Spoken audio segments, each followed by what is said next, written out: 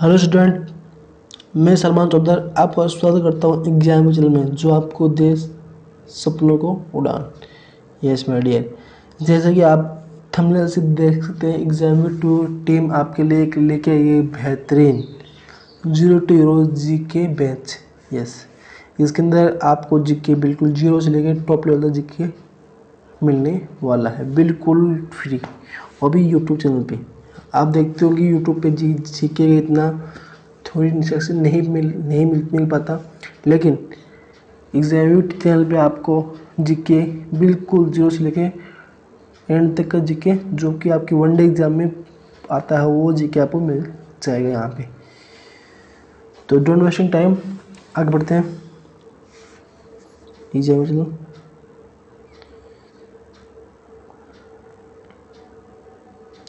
और ये जो सीरीज है ये मोस्टली आपकी एमटीएस, टेम्पस 2 और जीडी के लिए डिजाइन की जा रही है। अब देखिए एमटीएस जो कि एक बड़ी अपॉर्चुनिटी है, क्योंकि इसके फॉर्म अभी अप्लाई से टाइम बाकी है, अभी अप्लाई हो चुके हैं और अप्लाई चल भी रहे हैं।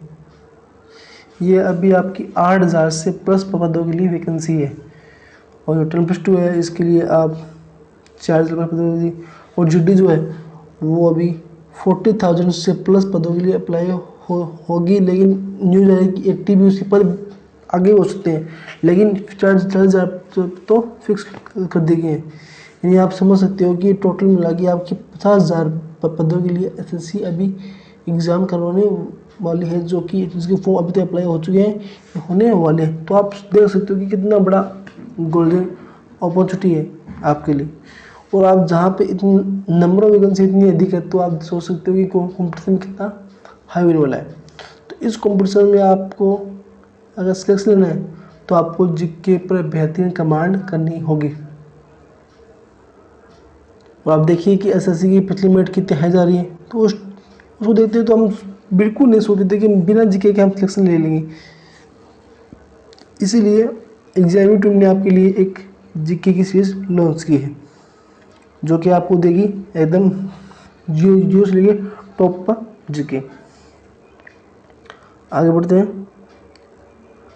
आज हमारा डे फर्स्ट था, तो हमने जीके एक सेक्शन उठाया है जिसका नाम है राजव्यवस्था, जो कि बेहतरीन टॉपिक है। एग्जाम में इससे क्वेश्चन पक्के आते हैं। राजव्यवस्था देखिए, राजव्यवस्था एक अपने आप में एक वास्ट टॉपिक है। इसको हमने कुछ चैप्टर्स में डिवाइड किया ताकि वो टॉपिक वो जो बाकी बातें वो आपको अच्छी तरह से याद हो जाए, आपके दिमाग में सेट हो जाए। इसके लिए हमने इसको कुछ चैप्टर्स में डिवाइड किया ताकि इसको पढ़ना आसान हो जाए और एक बेहतरीन कमांड आपकी हो जाए। तो हमारा पहला चैप्टर है राजव्यवस्था का इतिहास। इसके अंदर देखिए हम क्या पढ़ने वाले हैं।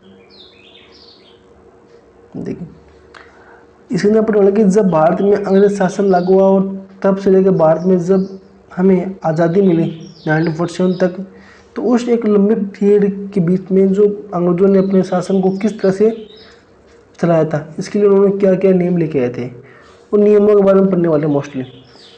और यहाँ से प्रश्न ना ऐसा हो नहीं सकता, क्योंकि इसमें कुछ ऐसे एक्ट हैं जिनका इम्पेक्ट हमारे संविधान पे है। जैसे अपन 1935 का एक्ट हो गया एक, इसके अलावा भी कुछ और नियम है, जैसे आपके चार्टर एक्ट हो गए, वो तो बड़े इंपॉर्टेंट है, वो भी हम इसमें डिस्कस करने वाले हैं। तो यहाँ से सिर्फ सीधा प्रश्न बनता है, ऑनलाइन प्रश्न बनता है कि ये अधिनियम क्या था, ये कब आया, इसके बारे में क्या बात है, बस इतने बनता है। ये चीज़ आपको मिलने वाली है एग्जाम चैनल पर ही। हम देखते हैं कि ऐसा बहुत कम जहाँ हमें इस चैप्टर के बारे में मिलता है, जबकि सीधे हम क्या करते हैं, पढ़ते हैं संविधान को, उसको पढ़ लेते हैं संविधान होगी पॉलिटी। लेकिन नहीं, पॉलिटी संविधान नहीं है। हाँ, संविधान हमारी पॉलिटी का एक बहुत बड़ा हिस्सा है, लेकिन इसके अलावा भी कुछ चीज़ें हैं जो हमें पढ़नी पड़ती हैं। अगला चैप्टर हमारा है संविधान निर्माण। इसके अंदर देखिए हम क्या पढ़ने वाले हैं।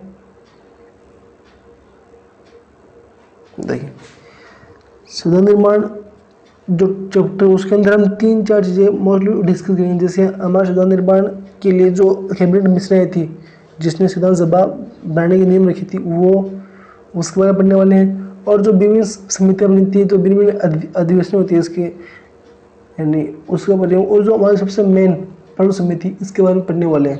यानी प्रारूप समिति की स्थापना कब हुई, इसके अंदर मेंबर कौन थे, आजकल मेंबर सभी प्रश्न आने लगे हैं। और उसके अध्यक्ष डॉक्टर अम्बेडकर साहब थे, ये सब जानेंगे। और उसके अलावा हमारा संविधान बनने में कितना टाइम लगा, कब कौन सी मीटिंग हुई, किस मीटिंग में क्या हुआ, और हमने कहाँ कहाँ से क्या क्या चीज़ें हमने अडोप्ट की है, वो भी हम इस चैप्टर में अंदर पढ़ने वाले हैं। अगला हमारा चैप्टर है संविधान का ढांचा। इसमें देखिए हम क्या पढ़ेंगे। देखिए ये जो टॉपिक्स है ये अपने आप में संविधान को 80% संविधान अपने आप में कंप्लीट कर देते हैं। जैसे आपके फंडामेंटल राइट्स हो गए, फंडामेंटल एक्ट, और जो नीति निर्देशक तत्व है, ये आपके 80% जो संविधान को कॉल कर देते हैं। लेकिन ये इम्पोर्टेंट है, यहाँ से प्रश्न एग्जाम में आता ही आता है। और सीधा प्रश्न आता है कि जैसे एग्जाम्पल तौर पे मौलिक अधिकार वर्तमान में कितने हैं, कौन सा अधिकार किसके बारे में बताता है, कौन सा फंडामेंटल एक्ट क्या है, फंडामेंटल एक्ट को हमने किस समिति की सभा पे अधिकृत किया, ये सब चीज़ें हम इसके अंदर पढ़ने वाले हैं। अगला टॉपिक हमारा कार्यपालिका। कार्यपालिका को आप एज ए गवर्नमेंट भी कह सकते हो। इसके अंदर पढ़ने वाले हम संसद पढ़ने वाले, यस, राष्ट्रपति, लोकसभा, राज्यसभा, PM मंत्रिमंडल और राज्य सरकार। देखिए अब ये टॉपिक अपने आप में कोरिलेटिव है, यानी एक दूसरे से लिंकिंग टॉपिक सभी है। ये संसद होगी, संसद हमारा राष्ट्रपति, लोकसभा, राज्यसभा, PM प्रधानमंत्री और उनकी मंत्रिमंडल, ये सब चीज़ें होती है आपकी सेंट्रल लेवल पे। इसके अंदर सीधा प्रश्न पूछता है कि जैसे लोकसभा में कितने मेंबर्स हैं, सबसे मैक्सिमम मेंबर कहाँ से आते हैं, राज्यसभा में कितने सीट्स हैं, सबसे बड़ी सीट किस स्टेट की है, जो PM और जो राष्ट्रपति इनकी एज पूछता है कि क्या क्या योग्यता होनी चाहिए, इनकी कौन अपॉइंट करता है, कहाँ का किस आर्टिकल तहत इनका जिक्र किया गया, ये सब बेसिक बातें इसके अंदर क्वेश्चन बन के आती है। इसीलिए बेसिक होना बहुत ज़रूरी है। और जो हम क्योंकि हम जानते हैं कि हमारा भारत एक संघात्मक शासन है, यहाँ पे हमने 2 सरकार है हमारी, एक तो सेंट्रल लेवल सरकार है, एक हमारी राज्य लेवल पर सरकार जिसे स्टेट गवर्नमेंट बोलते हैं। सेम जो सिस्टम हमारा सेंटर में होता है, जैसे आपका राष्ट्रपति हो गया, PM हो गया, उसकी एक मंत्रिमंडल होगी, और जो अपर हाउस लोअर हाउस, वैसे ही सेम सिस्टम हमारे राज्यों में भी है, जिसको हम राज्य टॉपिक के अंदर पूरा पढ़ने वाले हैं। वहाँ पे हम राज्यपाल देखेंगे, जो मुख्यमंत्री देखेंगे, विधानसभा है, कुछ राज्यों में विधान परिषद भी है, उनको भी देखने वाले हैं। अगर आगे बढ़ते हैं, अगर आपकी न्यायपालिका, क्योंकि न्यायपालिका आप इसको जानते हो कि जो भारत जैसे इतने बड़े देश में न्याय की होना, न्यायपालिका ना हो ऐसा हो ही नहीं सकता। तो इसके अंदर हम सिर्फ 2 चीज़ें पढ़ने वाले हैं। पहली आपकी सुप्रीम कोर्ट, सेकंड आपकी हाई कोर्ट। देखिए सुप्रीम कोर्ट, हाई कोर्ट, ये टॉपिक दिखने में, लेकिन इनसे क्वेश्चंस बहुत कम आते हैं। लेकिन क्वेश्चंस आते हैं कि क्या है इनका किस आर्टिकल तहत जिक्र किया गया है, इनमें मुख्य न्यायाधीश वर्तमान में कितने हैं। जैसे बात करूँ मैं सुप्रीम कोर्ट की, तो मूल सुधार में कितने थे, अब कितने हैं। फर्स्ट कौन था, फर्स्ट लेडीज़ कौन थी, वर्तमान में कौन है, इससे लास्ट कौन था। और जो मुख्य घटना हुई है भारत में, जैसे राम मंदिर फैसला हो गया, आपकी जो विमुद्रण हो गया, ऐसे जो फैसले थे, इस टाइम पर कौन थे आपके जो CAG कौन थे, चीफ जस्टिस ऑफ इंडिया कौन थे, इसका कौन से आर्टिकल तहत अपॉइंटमेंट होती है, ये सब, और क्या क्या इसकी एज लिमिट होती है, कितना कार्य होता है, ऐसे प्रश्न पूछते हैं, बेसिक प्रश्न पूछते हैं। और सेम ये सिस्टम है कि इसमें आपके हाई कोर्ट में वर्तमान में हमारे भारत में कितने हाई कोर्ट है, ऐसे प्रश्न पूछते हैं। और इसमें कौन से आर्टिकल तहत इसका जिक्र हुआ है, किस आर्टिकल तहत हम इसको अपॉइंट करते हैं, इसकी एज लिमिट क्या होगी, इसका जो कार्यकाल होगा, ये सब बातें पूछी जाती है।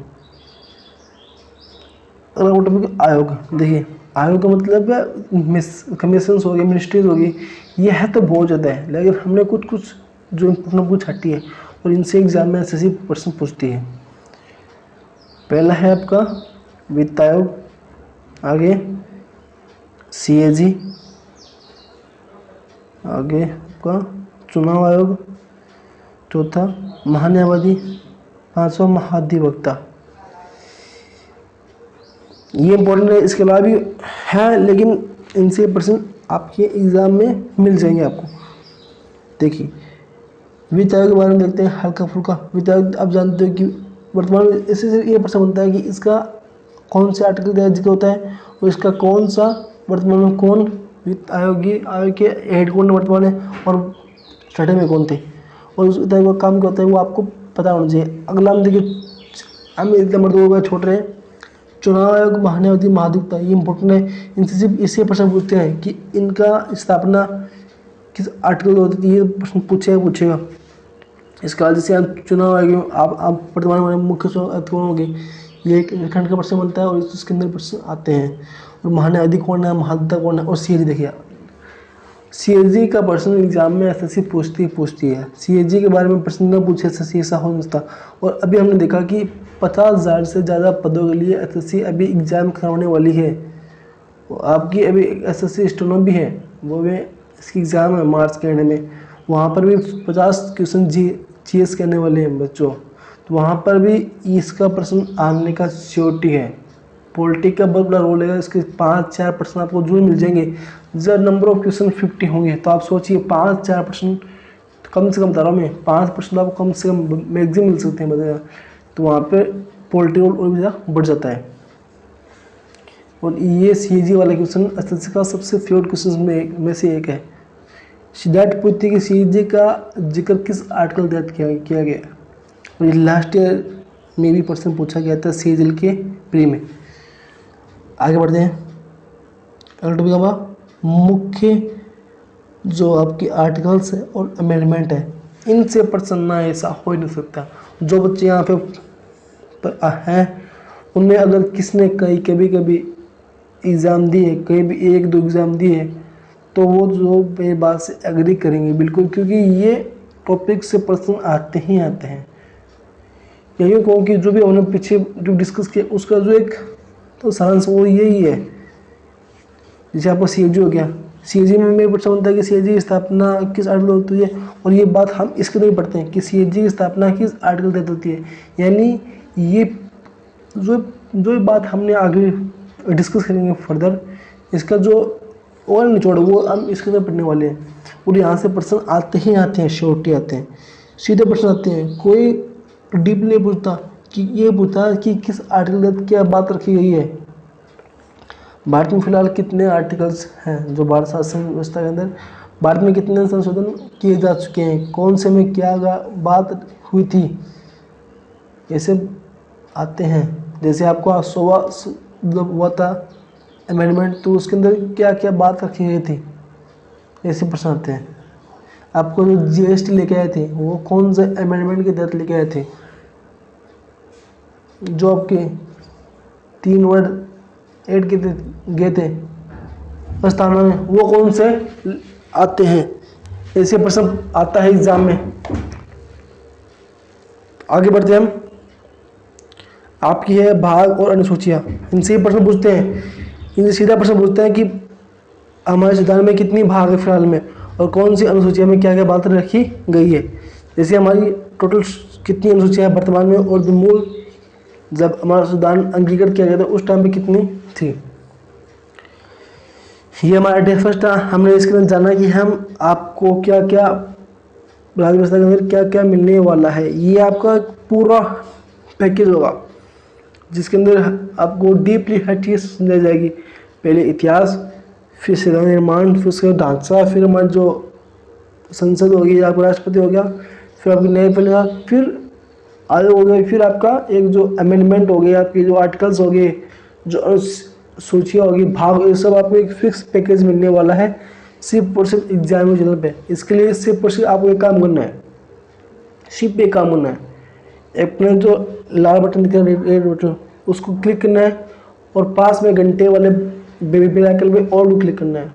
और वीडियो आपको अगर अच्छी लगी है तो वीडियो को लाइक करना है, और वीडियो को जितना उसके अपने फ्रेंड सर्कल्स में, अपनी फैमिली मेम्बर में शेयर करें ताकि उनको भी इस चीज़ का फ़ायदा हो सके। क्योंकि देखो बच्चों, जीके एक दिन पढ़ने से नहीं आता था, जीके के अंदर आपको डेली कंट्रीब्यूट करना पड़ता है। ये डेली रूटीन काम हो गया। जैसे कि हम डेली नहाते हैं, डेली खाते हैं, तो वैसे ही आपको जीके को आपको डेली पढ़ना ही होगा, तभी वो आपके माइंड में रहेगा। वरना होता क्या है, देखते हैं एग्जाम टाइम पे 1 महीने पहले हमें इसी किताबों को चाट जाते हैं, लेकिन जैसे एग्जाम में हम किताब को टच नहीं करते हैं। फिर होता क्या कि जब नेक्स्ट एग्जाम होती है तो हमें फिर से उतनी मेहनत करनी पड़ती है। तो क्यों ना इतनी मेहनत हम एक साथ कर लें, हमारे साथ मिल गया, जिससे कि आपका जीके के अंदर लाइफ टाइम के लिए आपकी कमांड हो जाए। फिर आपको अगले एग्जाम आए तो आपको पढ़ना पड़े, तो आपको इतने एफर्ट ना लगाना पड़े, आप कम टाइम में अच्छा स्कोर कर जाओगे।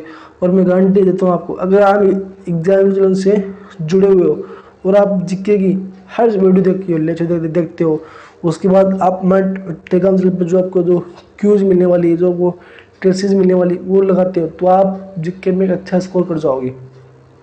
इसके अलावा आप हमें फेसबुक पेज और टेलीग्राम पर भी ज्वाइन कर सकते हैं, जिसकी लिंक आपको नीचे वीडियो के डिस्क्रिप्शन में मिल जाएगी।